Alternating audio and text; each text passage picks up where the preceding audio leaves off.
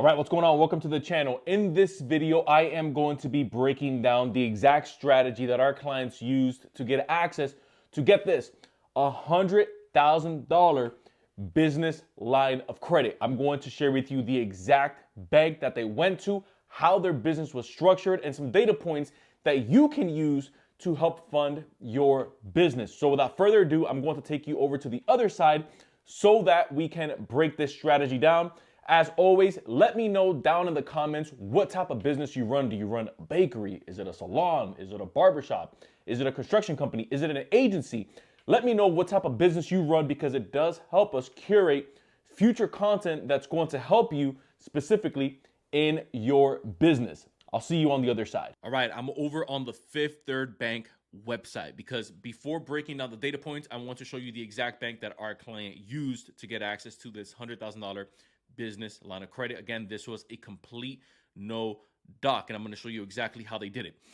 Really quickly though, there's essentially two types of products that they have over on the business line of credit side. They have the one that goes up to, which you'll see here, up to $100,000. So it goes from 10K all the way up to 100K.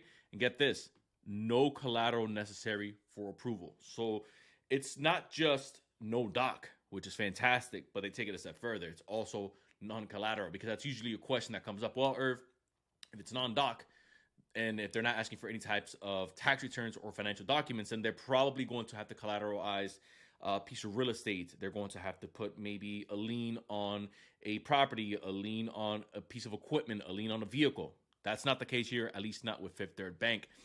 The other option that you have though is if you wanted a higher amount above that $100,000 threshold, you can get access to it. But keep in mind, you're going to have to put something down in terms of it being a lien against a piece of property, it being a lien against a piece of equipment. That's what secured line of credit means. So this is an unsecured business line of credit, and it goes up to $100,000. So if you're wondering who can qualify for this, I have the bank footprint. And now anytime that you see me mention, whether in this video or another video, bank footprint, I'm referring to essentially the presence or the state that the bank has a presence in. So in this case, it's going to be Florida, Georgia, Illinois, Indiana, Kentucky, Michigan, North Carolina, Ohio, South Carolina, Tennessee, and West Virginia. Now, if you're watching this and you're maybe outside of that footprint that they have, again, one of the things that you can do, which is a sidestep, if you've heard of this, fantastic. It's going to serve as a good refresher. If you haven't heard of this, awesome. It's going to serve as a good learning point for us to start this conversation so they can get access to this money for your business. One of the things that you can do is you can set yourself up with a foreign entity, right? Entity. So entirety, not entirety, entity, right? Let's get the spelling down right. Boom, make sure that we're taken care of. So you can set that up with the foreign entity. What does that mean? That means that if you, let's say, have a business established outside of one of these states that we just finished mentioning, where Fifth Third Bank is essentially located. So let's say if New York isn't in this specific footprint, what you can do is you can establish a foreign entity in, say, Florida or in Georgia. That means that you're taking your LLC and you're now establishing what we call a presence in another state. Now, obviously, there's trade-offs. You want to see, okay, is it worth the fees of me going into maybe Florida, even though it's relatively cheap out here in Florida to get yourself an LLC and set up a foreign entity. You can do that through Sunbiz, or you can do that through your Secretary of State's website, or you can even do that right on, if you maybe use like a third-party service like InkFile, which I won't break down in this video, so that we can kind of keep it going. But I wanted to give you that side step, because setting up that foreign entity is going to allow you to get access to this bank. The other thing that I want you to pay attention to is the number 50, specifically 50 mile. So 50 mile what? 50 mile radius. So let's say that you get yourself that foreign entity set up. One of the things that you can do to, again, take it that step further, because remember, you're establishing presence in that area, is a lot of banks, specifically regional banks and credit unions, they want to see that your business is within a certain geographic location, meaning it's at least within the miles or the 50-mile radius of where they lend from. Sometimes it's 25 miles, sometimes it's 50, sometimes it's 100. Some banks, hey, as long as you have something established in the state, we're good. But the reason why I put a 50-mile radius is because overall, even not with Fifth Third Bank, just an overall, a good rule of thumb to remember is if you set up a virtual office, and I'm not talking about a USPS office, I'm not talking about an office that looks like you're in a meat shop. You guys know exactly what I'm talking about. You want to have an office or a virtual office that you receive mail to, or that you can receive mail to, and when the banker goes to just pull it up on Google, right, or when they go to use AI, which has been happening a lot, they'll scan it, it needs to reflect like it's an actual office building. This is important to note, you guys, because if you miss this part right here, you'll get an automatic denial, and you'll be left scratching your head wondering what the heck happened. So if you have a physical address, awesome, use that brick and mortar location. If you don't, then go ahead and use that virtual office. So if you see me looking down to my left, it's because I have all the notes that I want to make sure that I share this with you. So our specific client was a construction company owner, or a construction company with remodeling. So this was the business that they brought on to Fifth Third Bank. So it's a construction company with remodeling. I know that we have a lot of construction company owners that watch our content, truckers. This would be a good look for you. Who else? Agency owners. This would also be a good look for you. So they were a construction company owner with remodeling. And so the way that they parlayed that was they essentially ran it like a management company. I know that many of us are maybe in a place where hey, Irv, NAICS codes, I keep getting denied. Or, hey, what's something that's considered a low-risk industry? We've seen a lot of success with our clients that are setting up their businesses or restructuring their businesses like a management company. So just a heads up, because I know that question comes up quite a bit. Hey, should I take the consulting route? Look, if you're not a consultant, that game, in my opinion, is kind of played out, where people say, hey, just go ahead and put yourself as a consulting. If you don't do consulting, don't use consulting. I'd rather see someone go under logistics if you do trucking. Like, keep it real. You can get some real funding being truthful, right? This is all about knowing how to play the game ethically so that you can get funding from these banks and not lose it on the back end. That's the big thing, especially with a lot of these banks starting to tighten up. At the time of this recording, we've seen a bunch of banks collapsing, and it's not slowing down. So I want to make sure that you're setting yourself up right so that, again, you can get this funding and actually keep it, rather than having to kind of cover up your tracks on the back end. When it comes to your business, you want to make sure that it is in good standing. So you want to have a good standing business right here. So that means that your LLC is up to date. That means that your EIN is up to date. And no, check this out, UCC filings against you, against your biz / liens. I'm gonna kind of like drop my cap on this really quickly before moving on, because a lot of businesses don't understand that banks are not just looking at your personal credits, but they're also taking a look at your business, how your business is structured. They're also taking a look at if there's any liens or judgments against your business. One of the ways that you can find this out is you can look it up right on your, wherever you're checking your credit. It'll tell you, hey, you have X lien filed against you, or you can just go ahead and check it out on Secretary of State. Sometimes it'll generate it on there specific to your state. Some, especially if some of us took PPP loans, there was a blanket lien placed against your business, and you probably didn't even know it. Now, if you've been making that payment on time, you're good. But if you feel behind on that payment and there's a UCC filing placed on it, whether it's a blanket or a first position, we're getting kind of geeky here, right? What that means is a bank that takes a first position lien or UCC filing lien against your business means that that loan is superior. So sometimes a bank will say, hey, we'll give you this loan, or we'll give you this line of credit if you allow us to, again, take a first position on your business. That's another way of saying if for whatever reason you default and you have some assets in your business's name, they can go ahead and they're the first in line to take ownership of that or to take out equity from it, whatever it is. Now, that's not necessarily, this isn't something that I want you to focus so much on, but it is something that I want you to pay attention to, because I don't really see anyone talking about this, at least not from the videos that I've seen. And it's the back end of business credit that I think needs to be shared, about more, rather than, hey, just having a perfect credit score. No, pay attention to how your business is structured as well, and pay attention if there's any liens.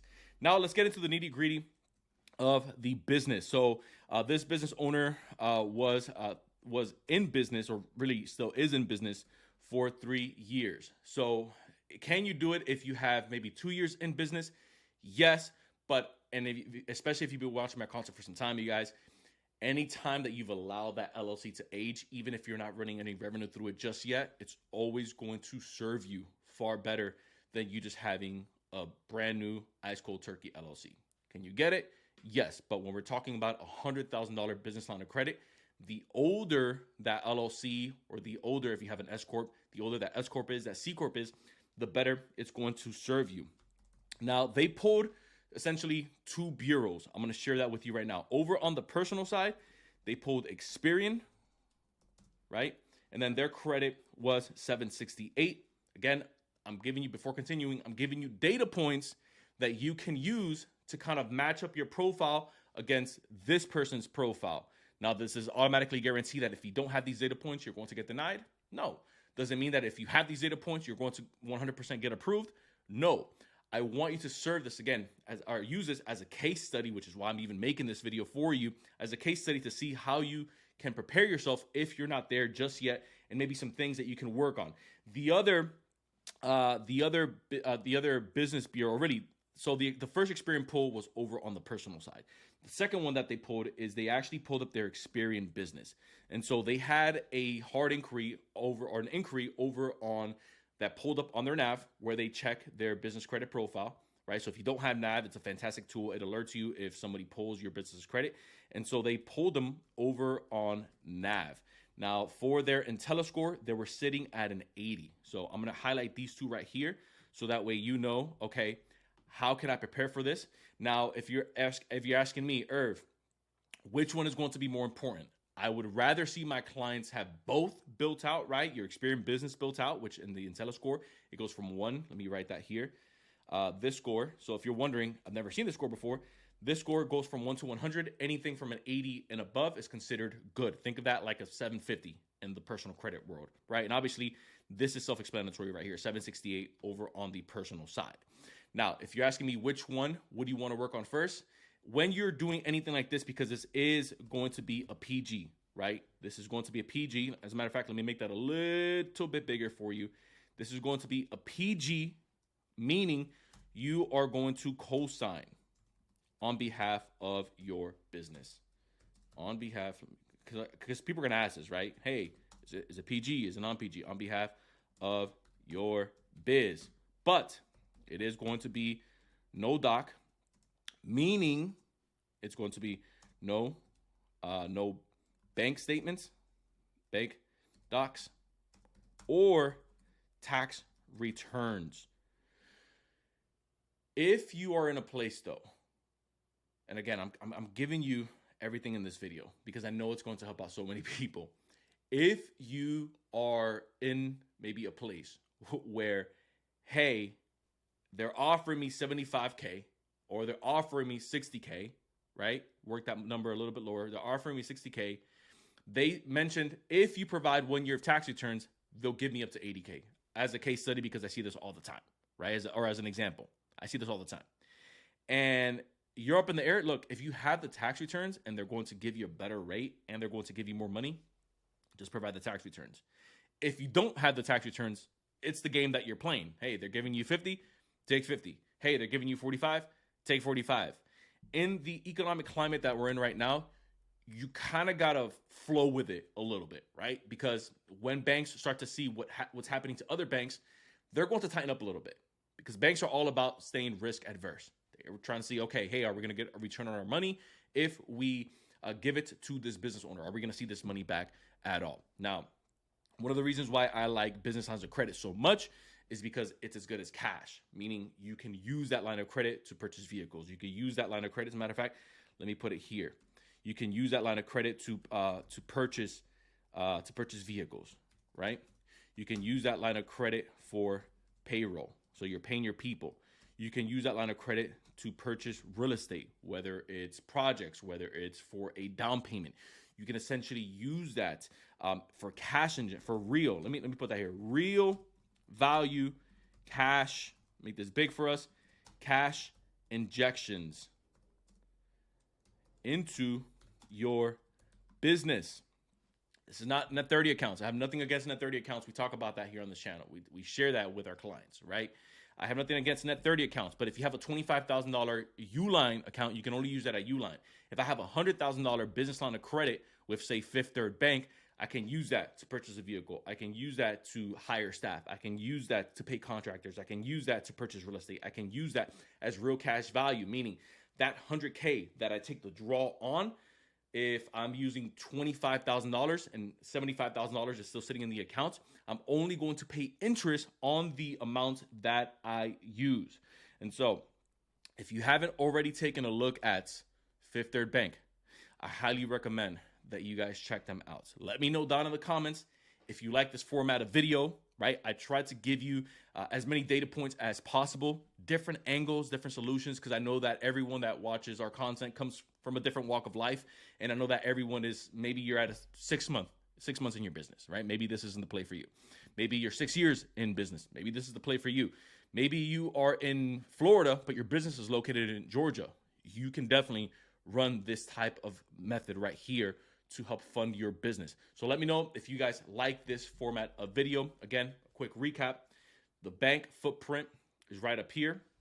Let me highlight it for you. This is essentially the main states that this bank is lending to. Again, we're talking about Fifth Third. Again, the side step is you can set up the foreign entity with a virtual address within a 50-mile radius of this bank.